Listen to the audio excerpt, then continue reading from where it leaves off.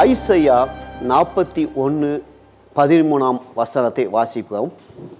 உன் தேவனாயிருக்கிற கர்த்தராகிய நான் உனது வலது கையை பிடித்து பயப்படாதே, நான் உனக்கு துணை நிற்கிறேன் என்று சொல்லுகிறேன் என்றார். இந்த வசனம், அதாவது ஐசையா இஸ்ரவேல் ஜனங்களுக்கும் யூதா ஜனங்களுக்கும், அதாவது 66 அதிகாரங்கள் உள்ள அந்த புத்தகம் இருக்கிறது. அந்த 66 அதிகாரங்களும் பார்த்தீங்கன்னா வேதாகம புத்தகத்தில் எப்படி 66 புத்தகங்கள் இருக்கிறதோ, 39 புத்தகங்கள் எப்படி பழைய ஏற்பாட்டில் இருக்கிறதோ, 27 புத்தகங்கள் எப்படி புதிய ஏற்பாட்டில் இருக்கிறதோ, அதே போல் இதுலேயும் ஏசாயாலையும் 66 புத்தகம் இருக்கிறது. ஏன்னா அதில் நிறைய பேர் சொல்லியிருக்காங்க, நிறையா ஆராய்ச்சியாளர்கள் சொல்லுறாங்க, இது வேதாகமத்துக்கு இதில் இடத்த நீங்கள் ஃபுல்லாக படிச்சிங்கன்னா ஆதி ஆகமத்திலேருந்து வெளிப்படுத்தின விசேஷம் அத்தனை காரியங்களும் உள்ளடக்கியதாக சொல்லப்பட்டிருக்கிறாங்க. அதனால் இது அதாவது ஏசாயா தீர்க்கதரிசி எழுதினார், ஆமோத்சின் குமாரன். அவரோடு ஒரு மீகா, ஓசியா என்ற ஒரு தீர்க்கதரிசனம் அவரோடு கூட சேர்ந்து ஊழியம் பண்ணியிருக்கிறாங்க. அந்த காலத்தில் அவர் ஊழியம் செய்கிற காலத்திலே இதில் 1-39 அதிகாரங்களை நீங்கள் வாசித்து பார்த்தீங்கன்னா இஸ்ரவேல் ஜனங்கள், அந்த ஜனங்களுக்கு எதிரான நியாய தீர்ப்புகளை குறித்து சொல்லப்படுகிறது. அந்த ஜனங்கள் பாவத்தின் நிமித்தமாக மற்ற தேசத்தில் போய் விக்கிராராதனையில் பிடிப்பட்டதன் மூலமாக அந்த ஜனங்கள் மேலே அந்த நியாய தீர்ப்பை குறித்து 1-39 அதிகாரத்தில் சொல்லப்பட்டிருக்குது. ஏன்னா அதே போல் பழைய ஏற்பாடுல பார்த்தீங்கன்னா 1-39 அதிகாரங்களை பார்த்தீங்கன்னா அந்த ஜனங்கள் அந்த பழைய ஏற்பாட்டில் ஃபுல்லாக 1-39 அந்த புத்தகங்களை நீங்கள் பார்த்தீங்கன்னா அந்த இஸ்ரவேல் ஜனங்கள் எப்படிலாம் வழி தப்பி போனாங்க, எத்தனையோ தீர்க்கதரிசிகளை கொண்டு அந்த ஜனங்களை நடத்தினார் என்று நம்ம அதே மாதிரி பார்க்கலாம். அதே போல் 40-66 அதிகாரங்களை நீங்கள் வாசித்து பார்த்தீங்கன்னா, அதாவது ஆண்டவர் அந்த ஜனங்களை அந்த அடிமைத்தனத்தின, ஏன்னா யூதா பாபிலோன் அடிமைப்பட்டி போயிருந்தது, இஸ்ரவேல் அசரியால் அடிமைப்பட்டி போயிருந்தது. அதை எப்படி அந்த ஜனங்களை அவர் ஒரு இரட்சகராய் விடுதலை செய்தார். அதாவது ஆண்டவருடைய பிராமிஸை கொடுத்து விடுதலை பண்ணார். இரட்சகரானா அந்த இடத்துல இரட்சகராக வரல, தேவனாக இருந்து வாக்குத்தத்தம் கொடுத்தார். நான் உங்களை அந்த ஜனங்களை நான் உங்களை விடுவிப்பேன் அந்த அடிமைத்தனத்திலிருந்து அப்படின்னு. அதே போல் புதிய ஏற்பாடில் நீங்கள் பார்த்தீங்கன்னா 27 புத்தகத்திலையும் இயேசு கிறிஸ்து இரட்சகராக நம்மளெல்லாம் என்னது விடுதலை பண்ணி அனுப்பினார். அதே போல் இந்த நாளில் நம்ம வாசித்த அந்த வேதாகம பகுதி ஏசாயா 41:11 இருக்கிறது, 13 இருக்கிறது அந்த வசனம். அதே புதிய ஏற்பாடில் நீங்கள் பார்த்தீங்கன்னா அந்த மார்க்கு புத்தகத்தை ஒத்து இருக்கிறது. ஏன்னா அங்கே சன் ஆஃப் காட் என்று மார்க் அதில் வெளிப்படுத்தி காட்டுகிறாரு. அதே போல் அந்த 49வது அதிகாரத்தில் பார்த்தீங்கன்னா ஒரு தேவகுமாரன் எப்படி அந்த ஜனங்களுக்கு எப்படி அந்த புத்தகத்தில் எப்படி விடுதலை செய்து விடுவித்தாரோ, இரட்சகராக இருந்து விடுவித்தாரோ, அதே போல் இந்த ஜனங்களையும் வாக்குத்தத்தம் கொடுக்கிறார். பயப்படாதே, நான் கர்த்தராயிருக்கிற தேவன், நான் உன் வலதுகையை பிடித்து பயப்படாதே, உனக்கு துணை நிற்கிறேன் என்று சொல்கிறார். இதில் முக்கியமான இந்த நாளில் தலைப்பு நம்ம பார்த்தீங்கன்னா பயப்படுதல். ஏன்னா பயப்படாதே, ஏன்னா இந்த அதிகாரத்தில் பார்த்தீங்கன்னா 3 தடவை அந்த பயப்படாதே பயப்படாதே பயப்படாதே என்று 3 தடவை சொல்லப்பட்டிருக்கிறது. இந்த பயப்படாதே என்ற காரியம் ஃபியர் நாட், ஒரு இங்கிலீஷில் ஒரு வேர்டு அது கொடுக்கப்பட்டிருக்குது. ஏன்னா அதாவது மெடிக்கலாக அதை பார்த்தீங்கன்னா ஃபோபியா என்று சொல்லப்படுகிறது. ஏன்னா நம்ம எல்லா காரியத்துக்கும் இந்த காலங்களில் நம்ம பயப்படுகிறவர்களாக காணப்படுகிறோம்.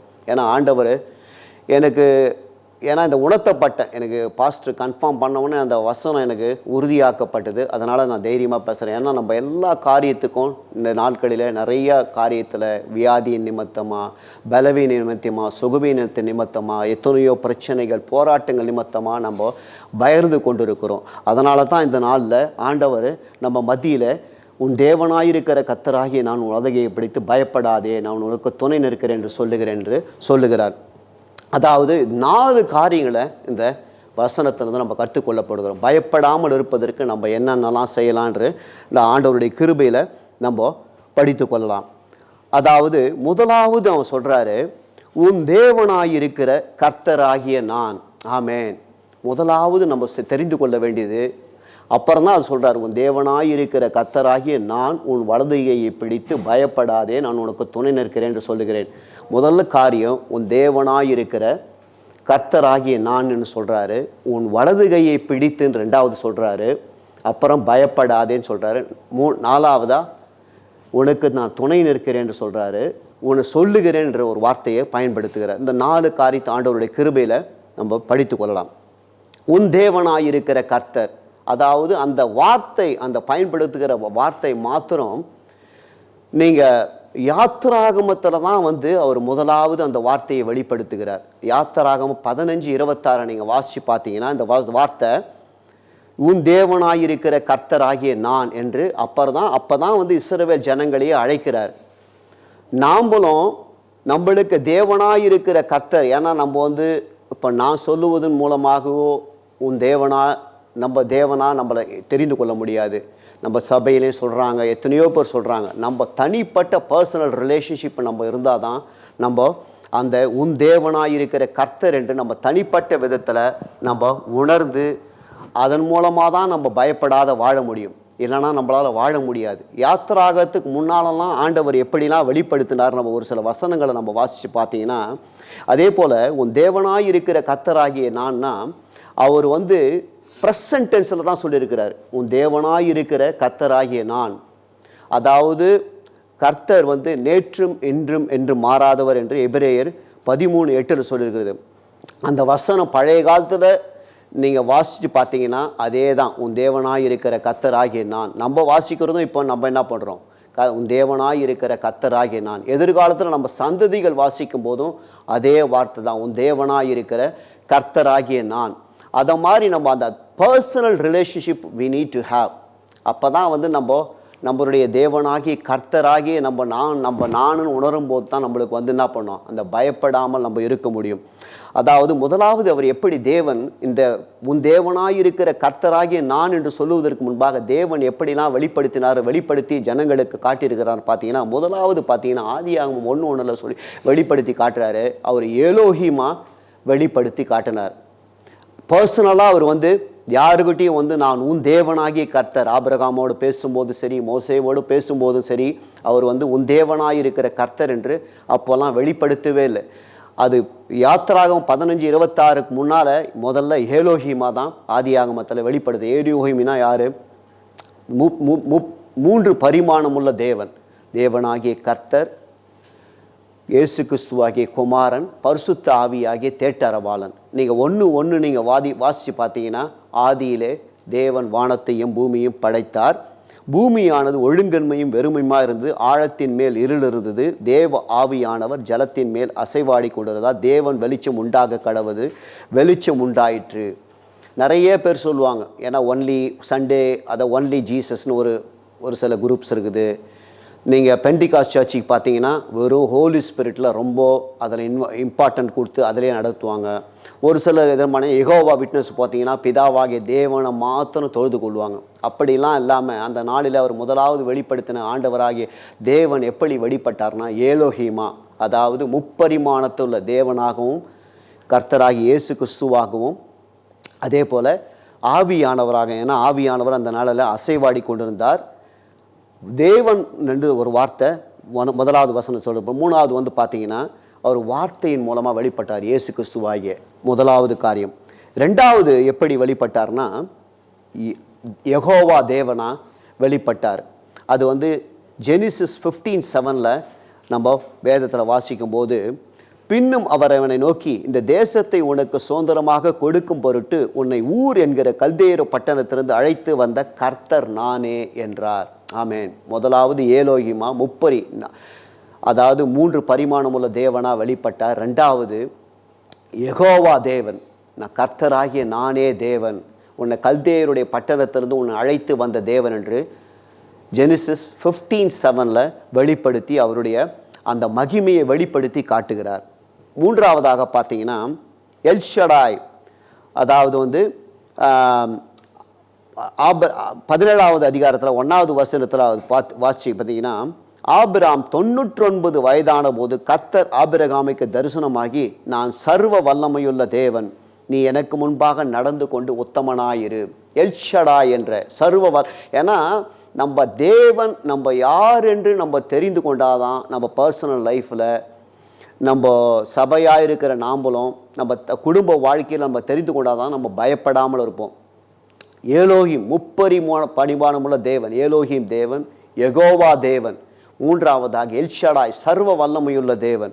சர்வ வல்லமையுள்ள தேவன் என்று என்ன பண்ணுறார்? ஆபிரகாமுக்கு 17:1 வெளிப்படுத்தி காட்டுகிறார். ஆமென். அதே போல் ஆகாருக்கு அவர் ஜெனிசிஸ் 16:7-12 வரை வசனங்களை வாசித்து பார்த்தீங்கன்னா 13, எஸ்பெஷலி 13:14 நீங்கள் வாசித்து பார்த்தீங்கன்னா, அப்போது அவள் என்னை காண்பவரை நானும் இவரிடத்தில் கண்டேன் அல்லவா என்று சொல்லி தன்னோடு பேசின கர்த்தருக்கு நீர் என்னை காண்கிற தேவன் என்று பெயரிட்டாள்.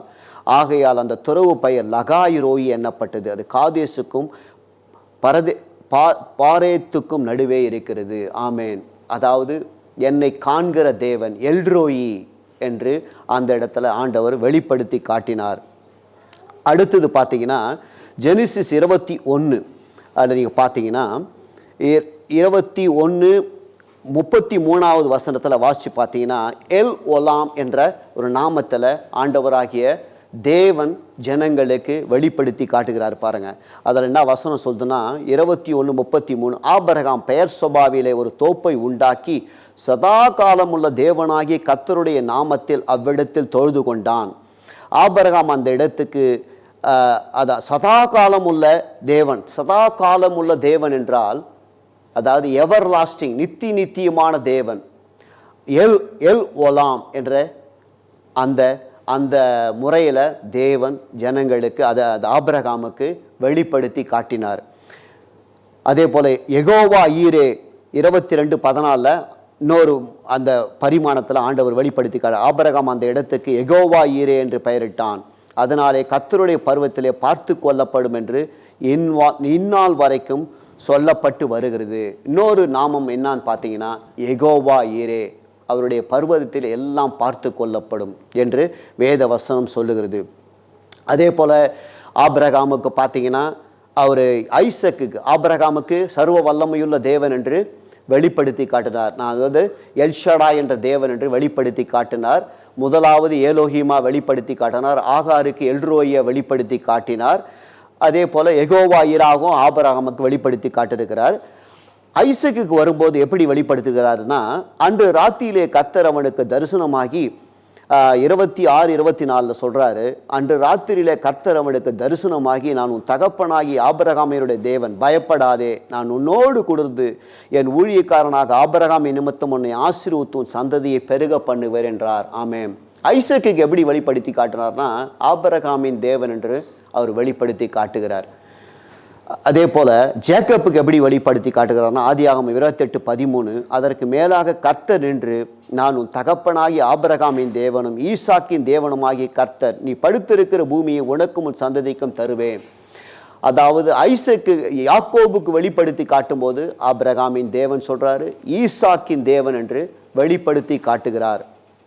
அப்புறம்தான் நம்ம படிக்கிறோம். இந்த நாளில் நம்ம வாசித்த பிரகாரமாக யாத்திராகமம் 15:26 அவர் சொல்கிறாரு, உன் தேவனாகி கர்த்தரின் சத்தத்தை கவனமாய் கேட்டு அவர் பார்வைக்கு செம்மையானவைகளை செய்து அவர் கட்டளைகளுக்கு செவி கொடுத்து அவருடைய நியமங்கள் யாவையும் கை கொண்டால் நான் எகிப்திற்கு வரப்பண்ணின வியாதிகளில் ஒன்றையும் உனக்கு வரப்பண்ணேன், நானே உன் பரிகாரியாகிய கர்த்தர் என்று சொல்கிறார்.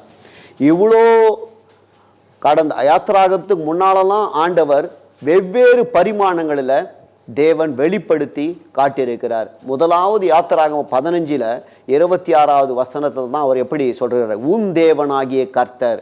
நம்மளுக்கு பர்சனல் அந்த ஜனங்களுக்கு, இஸ்ரவேல் ஜனங்களை அந்த 430 வருஷம் எகிப்தினுடைய அடிமைத்தனத்திலிருந்து கொண்டு வந்தவனே தான் நீ வார்த்தையெல்லாம் கவனமாக கேட்டு நீ அதன்படி நடந்தா எகிப்திற்கு வர பண்ணின ஒரு வியாதி நான் உணர்த்துக்கு வரப்பனேன், உன் தேவனாகிய கர்த்தர் என்று அப்போது தான் முதலாவது வெளிப்படுத்தி காட்டுகிறார். நம்ம முதலாவது ஆண்டவருடைய கிருபையில் இந்த நாளில் நம்ம என்ன தெரிந்து கொள்ளணும்னா, நம்ம பர்சனல் ரிலேஷன்ஷிப் ஆண்டவரோடு நம்ம இருக்கணும்.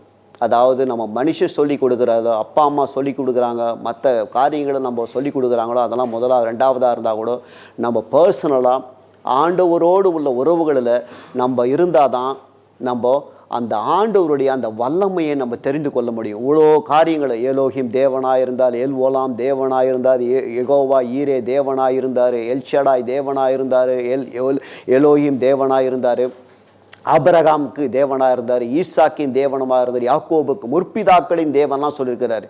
அதனால் நம்மளுக்கு இந்த நாளில் ஆண்டவருடைய கிருபையில் இந்த வசனத்தின் பிரகாரமாக நம்மளுக்கு என்ன சொல்கிறாருன்னா, உன் தேவனாயிருக்கிற கர்த்தராகிய நான் அதை நம்ம புரிஞ்சுக்கணும். நம்மளை வந்து எந்த வித பிரச்சனையாக இருந்தாலும், போராட்டமான சூழ்நிலையாக இருந்தாலும், எந்த வியாதி நேரமாக இருந்தாலும் சரி, பலவீனமாக இருந்தால் காரியமாக இருந்தாலும், எந்த வித சோதனையான நேரத்திலும் கர்த்தர் என்னோடு, அந்த சர்வ வல்லமையுள்ள தேவன், எல்ஷடாய் தேவன், யெகோவா ஈரே தேவன், எல் ஓலாம் தேவன் நம்ம கரங்களை பிடித்து இந்த நாளிலே நம்மளை உறுதியாக சொல்லுகிறார், பயப்படாதே. அதை மாதிரி நம்ம பர்சனல் ரிலேஷன்ஷிப் நம்ம வரும்போது தான் எந்த காரியத்துக்கும் ஆண்டவருடைய கிருபையில் நம்ம பயப்படாமல் இருப்போம். முதலாவது அதே போல் நம்ம புதிய ஏற்பாட்டு விசுவாசிகளாகிய நாங்கள் அந்த நாளில் எப்படி ஆண்டவர் ஆபிரகாமுக்கு, யாக்கோபுக்கு, ஈசாக்குக்கெல்லாம் எப்படி வெளிப்படுத்தி காட்டினாரோ, அப்புறம் இஸ்ரவேல் ஜனங்களுக்கும் தேவனாகிய கர்த்தர் என்று சொன்னாரோ, நம்ம புதிய ஏற்பாட்டு விசுவாசிகளாகிய நம்மளுக்கு கர்த்தரை நம்ம சொந்த ஆண்டவராக நம்ம ஏற்றுக்கொள்ள வேண்டும்னா எப்படின்னா, ஆண்டவரை நம்ம விசுவாசித்து ஆண்டவருடைய ரட்சிப்புக்குள்ளாக நம்ம போகும்போது தான், ஆண்டவர் கர்த்தராகி இயேசு கிறிஸ்துவை நம்ம சொந்த ரட்சகராக ஏற்றுக்கொள்ளும் போது தான் நம்ம வந்து தைரியமாக வந்து சொல்லணும். அதாவது எல்லா கடவுளும் எல்லா சாமியும் ஒன்றா வச்சுட்டு, இயேசு கிறிஸ்துவும் ஒன்றா வச்சுட்டு நம்ம தொழுது கொள்ளக்கூடாது. அவர் வந்து சர்வ வல்லமையுள்ள தேவன், வானத்தையும் பூமியும் படைத்த சர்வ வல்லமையுள்ள தேவன் என்று வேதம் சொல்லுகிறது.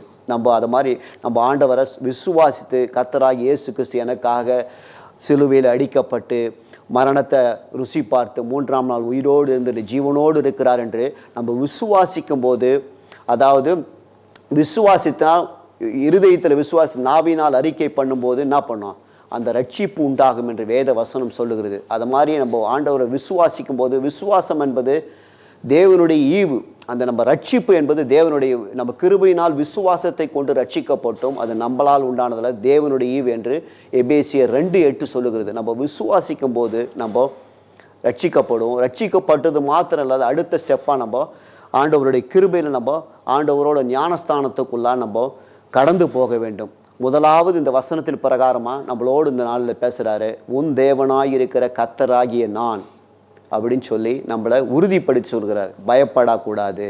நம்ம அந்த அந்த அந்த ஃபர்ம்னஸ் இருக்கணும். ஆண்டவரை நம்ம வந்து நம்ம என்னுடைய ஆண்டவர், என்னுடைய தேவன், என்ன எல்ஷடாய் சர்வ வல்லமையுள்ள தேவன், என்னை எல்லா காரியத்திலேருந்து என்னை காப்பாற்றுவார், பயப்படாமல் இருக்க பண்ணுவார் என்று நம்ம சபையாக நம்ம இந்த நாளிலே நம்ம தெரிந்து கொள்ளும். 2வது காரியம் அவர் சொல்கிறார் பாருங்க,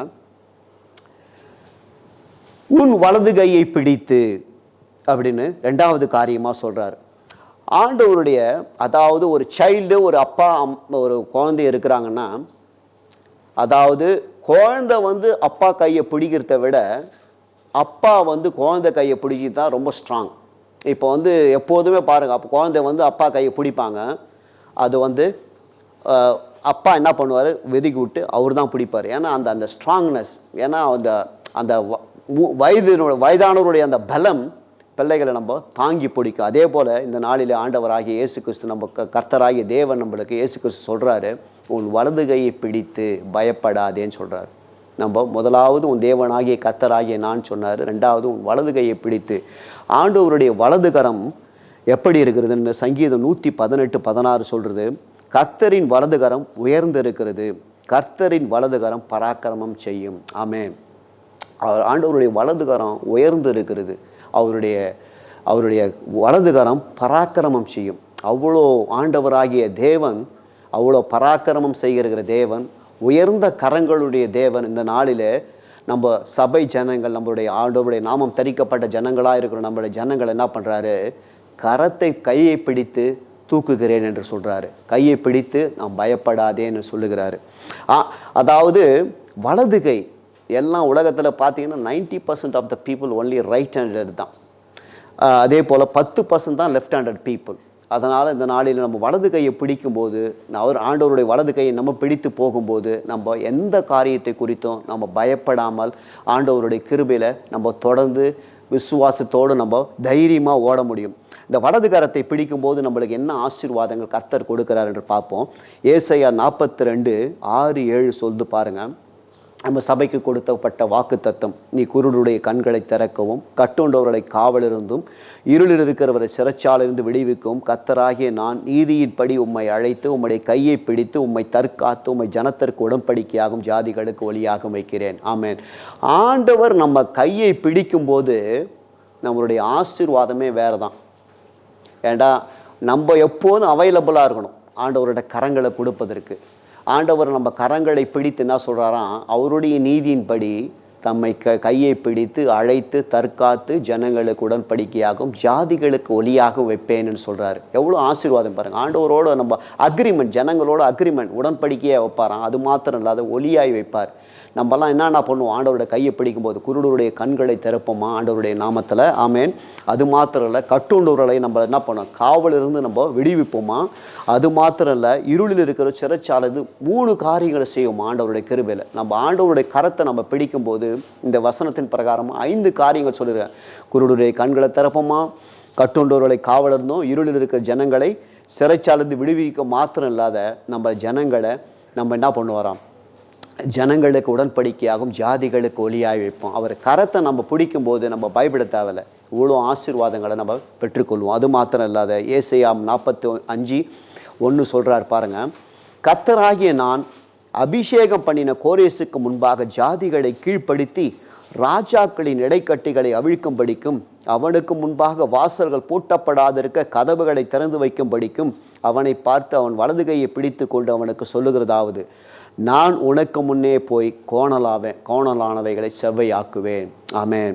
அடுத்து கோரேஸ் என்ற ஒரு ராஜாவை அவர் என்ன பண்ணுறாரு, அந்த மேதியா பெர்ஷியா எகிப்து அந்த அதெல்லாம் முடிஞ்சவொன்னே, அந்த அரசாங்கம்லாம் முடிஞ்சவொன்னே மேதியா பெர்ஷியா அந்த இது வரும்போது அவனை ஒரு அந்த அந்த அந்த ராஜாவை அபிஷேகம் பண்ணி அவனை தெரிந்தெடுத்து என்ன பண்ணுறாரு, அவன் கையை பிடித்து என்ன பண்ணுறாரு, எல்லாத்தையும் அவனுக்கு முன்பாக வாசல்கள் பூட்டப்படாதிருக்க கதவுகளை திறந்து வைக்கும்படி அவனை பார்த்து அவன் வலது கையை பிடித்து, அதாவது அவனுக்கு முன்னாக எந்த காரியமும், ஏன்னா ஒரு புறஜாதி ராஜாவாக இருந்தாலும் ஆண்டவராகிய தேவன் அவனை கையை பிடித்து அவனை கையை பிடிக்கும்போது, அதே போல் ஆண்டவருடைய நாமத்தில் நம்ம கையை பிடிக்கும் போதும் நம்மளுக்கு எவ்வளோ ஆசீர்வாதம். கையை பிடித்து என்ன பண்ணுறாரான், நான் உனக்கு முன்னே போய் கோணலானவைகளை செவ்வையாக்குவேன்னு சொல்கிறாரு. நம்ம ஆண்டவர் கையை பிடிக்கும்போது நம்ம கோணலான பாதையில், தவறான பாதையில், ஒரு வழியில் நம்ம போய் கொண்டிருக்கும்போது நம்ம என்ன பண்ணுவார், கையை பிடித்து இது ஒழுங்கான வழி இதுவே, இதில் பார்த்து நடவு என்று சொல்லி நம்ம கையை பிடித்து ஆண்டவருடைய கிருபையில் நம்ம நடத்தி கொண்டு போவார். 3ஆவதாக மார்க் 1:31 சொல்கிறாரு, அவர் கிட்டே போய் அவள் கையை பிடித்து அவளை தூக்கி விட்டார். உடனே ஜுரம் அவளை விட்டு நீங்கிட்டு அப்போது அவள் அவர்களுக்கு பணிவிடை செய்தாள். பேதுருடைய மாமி என்ன பண்ணிட்டாங்க, உடம்பு சரியில்லாத இருந்தாங்க. வியாதியஸ்தர்களை அவர் என்ன பண்ணார், அவர் தொடும்போது அவர் கையை பிடித்து தூக்கும்போது அந்த ஜுரம் நீங்கிற்று என்று நம்ம வேத வசனத்தில் நம்ம வாசித்து ஆண்டவருடைய கிருபையில் நம்ம தெரிந்து கொள்கிறோம். இந்த வசனத்தின் இந்த வார்த்தையின் பிரகாரமாக நம்ம என்ன இந்த நாளிலே தெரிந்து கொள்ள வேண்டும் என்றால், நம்ம ஆண்டவர் நம்மை வலது கையை பிடித்து பயப்படாதே என்று சொல்லுகிறார். நம்ம இது சபை ஜனங்களாக இருக்கிறோம், நம்ம தனிப்பட்ட வாழ்க்கை, குடும்ப வாழ்க்கை, சபை ஜனங்களாக இருக்கிற வாழ்க்கையில் எத்தனையோ பிரச்சனைகள், போராட்டத்தின் மத்தியில் நம்ம பயப்பட்டு கொண்டிருக்கிறோம். முதலாவது சொன்னார், உன் தேவனாயிருக்கிற கர்த்தராகிய நான் என்று சொல்லி உறுதிப்படுத்தி சொல்கிறாரு. அது மாதிரி நம்ம பர்சனல் ரிலேஷன்ஷிப்பில் ஆண்டவருடைய கிருபையில் வரும்போது நம்ம பயப்பட மாட்டோம். 2ஆவதாக நம்ம ஆண்டவர் நம்ம கையை பிடித்திருக்கிறார். நம்ம ரட்சிக்கப்பட்ட ஜனங்கள் அதை நம்ம உறுதியாய் தெரிந்து கொண்டு ஆண்டவர் நம்மோடு கூட இருக்கிறார், என் கையை வலது கையை பிடித்திருக்கிறார். இந்த வசனத்தின் பிரகாரமாக ஆண்டவர் என்னை பயப்படாத ஆண்டவரை மரண இருளின் பள்ளத்தாக்கில் நடந்தாலும் ஒரு பொல்லாப்புக்கு நான் பயப்படேன் என்று, உமது கோலும் உமது தடியும் என்னை தேற்றும் என்று சங்கீதம் 23 சொன்ன மாதிரி ஆண்டவர் நம்ம கையை பிடித்து நம்மளை நடத்துவார். 3ஆவதாக நான் உனக்கு துணை நிற்கிறேன்னு சொல்கிறார். முதலாவது ஆண்டவர் நான் பர்சனலாக நம்ம பார்த்து சொல்கிறாரு, நான் உனக்கு தேவனாக இருக்கிறேன். 2ஆவது சொல்கிறாரு, உன் வலது கையை பிடிக்கிறேன்றாரு. 3ஆவது துணை நிற்கிறேன். ஆண்டவர் துணை நிற்கும்போது நம்ம எதுக்குமே பயப்பட தேவையில்லை. ஆமேன். ஏன்னா எல்லாத்துக்குமே நம்மளுக்கு ஒரு ஹெல்ப்பு தேவை. ஏன்னா துணை நிற்கிறேன்ற வார்த்தைக்கு இங்கிலீஷில் வேறு என்ன வேர்டு போட்டுக்கிறாங்கன்னா, fear not, I will help you. இந்த உதவி செய்கிறேன் என்ற ஒரு காரியத்தை பார்த்தீங்கன்னா வேதாகமத்தில் உதவின்னு சொல்லு வார்த்தை வருகிறது, துணை நிற்கிறேன்ற வார்த்தை வருகிறது, சகாயம் பண்ணுவேன் என்ற ஒரு வார்த்தை வருகிறது. இந்த வார்த்தையெல்லாம் வேதாகமத்தில் பயன்படுத்தப்படுகிறது. இந்த வசனத்தில் என்ன சொல்லியிருக்கிறாருன்னா, நான் உன் தேவனாக இருந்த கர்த்தராகிய நான் என்ன பண்ண போகிறேன், உன் வலது கையை பிடித்து பயப்படாதே, நான் உனக்கு துணை நிற்கிறேன். ஏன்னா நம்மளுக்கு ஒரு சில நேரத்தில் தனிமையாக இருக்கும்போது, எல்லாரும் கைவிடப்பட்ட நிலைமையில் நம்ம இருக்கும்போது நம்ம என்ன பண்ணுவோம், ஒரு பயம் வந்துடும். எல்லாரும் நம்ம கைவிட்டு போயிட்டாங்களே. அதனால் இந்த நாளில் ஆண்டவராகிய தேவன் நம்மளுக்கு, இயேசு கிறிஸ்து நம்மளுக்கு என்ன சொல்கிறாரு, உறுதிப்படுத்தி சொல்கிறாரு, நான் உனக்கு கையை பிடி, அதாவது உனக்கு நான் துணை நிற்கிறேன்.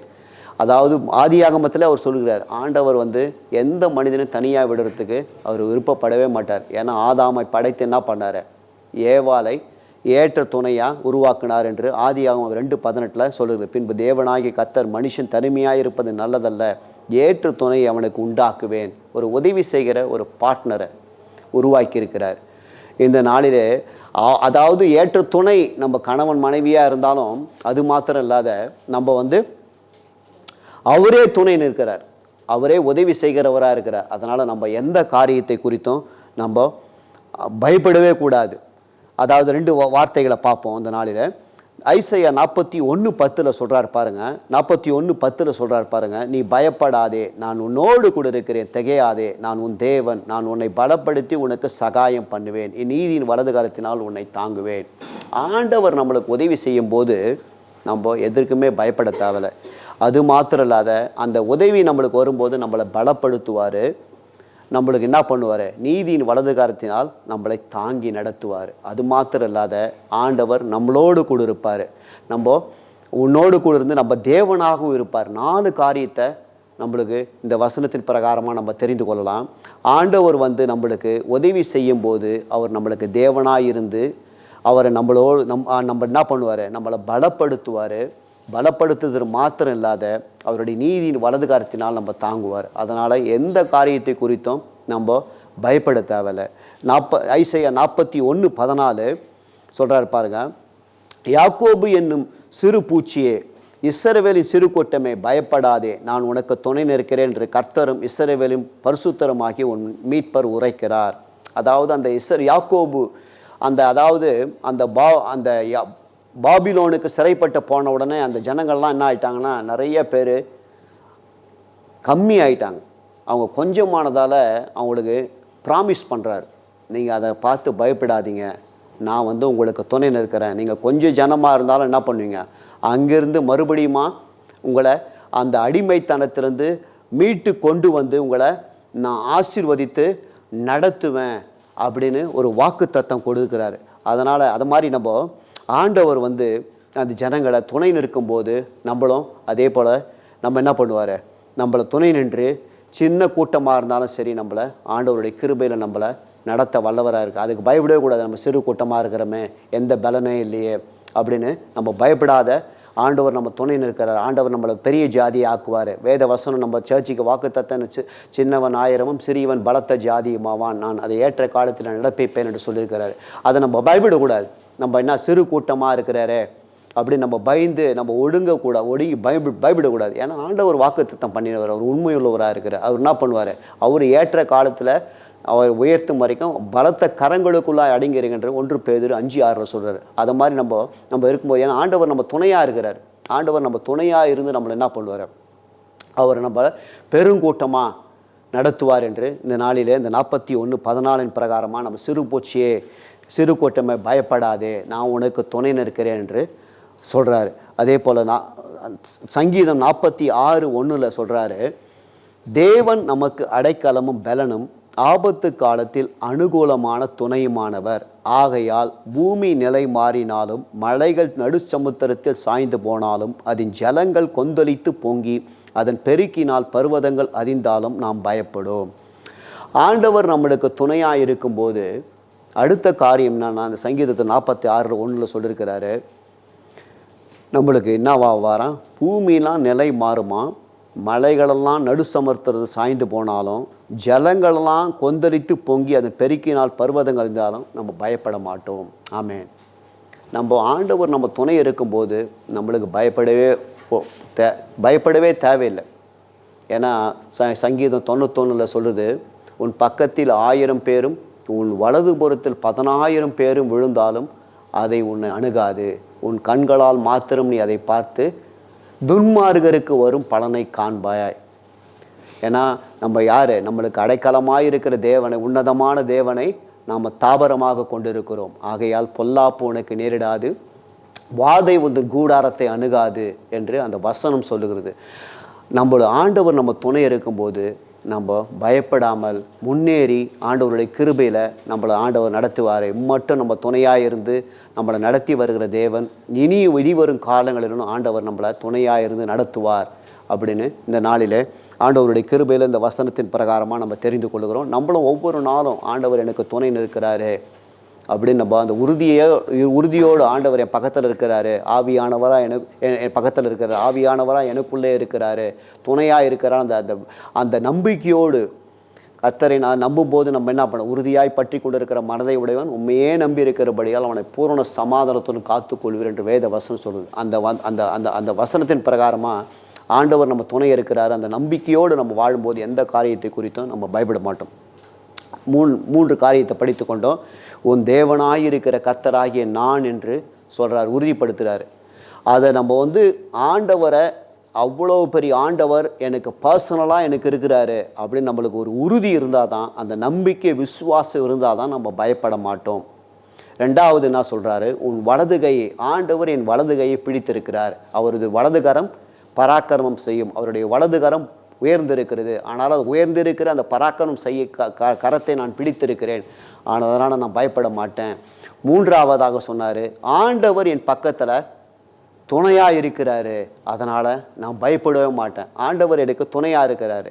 எந்த சிங்கத்தின் மேலும் நடந்து பாலசிங்கத்தையும் வலு செருப்பத்தையும் மிதித்து போடுவாய், என் நாமத்தை அறிந்திருக்கிறபடியால் அவனை உயர்ந்த அடைக்கலத்திலே வைப்பேன் என்று சொல்லியிருக்கிறார். அதனால் ஆண்டவர் நம்ம துணை நிற்கும்போது எல்லா காரியத்தையும் ஆண்டவருடைய கிருபையில் நம்ம கடந்து போகிறவர்களாக காணப்படும். அதனால் நம்ம பயப்படாமல் காத்திரும். நான் கடைசியாக சொல்கிறாரு, என்று சொல்லுகிறேன்றான் அந்த வசனம் முடிக்கிறார். உன் தேவனாயிருக்கிற கர்த்தராகிய நான் உன் வலது கையை பிடித்து பயப்படாதே, நான் உனக்கு துணை நிற்கிறேன் என்று சொல்லுகிறேன்.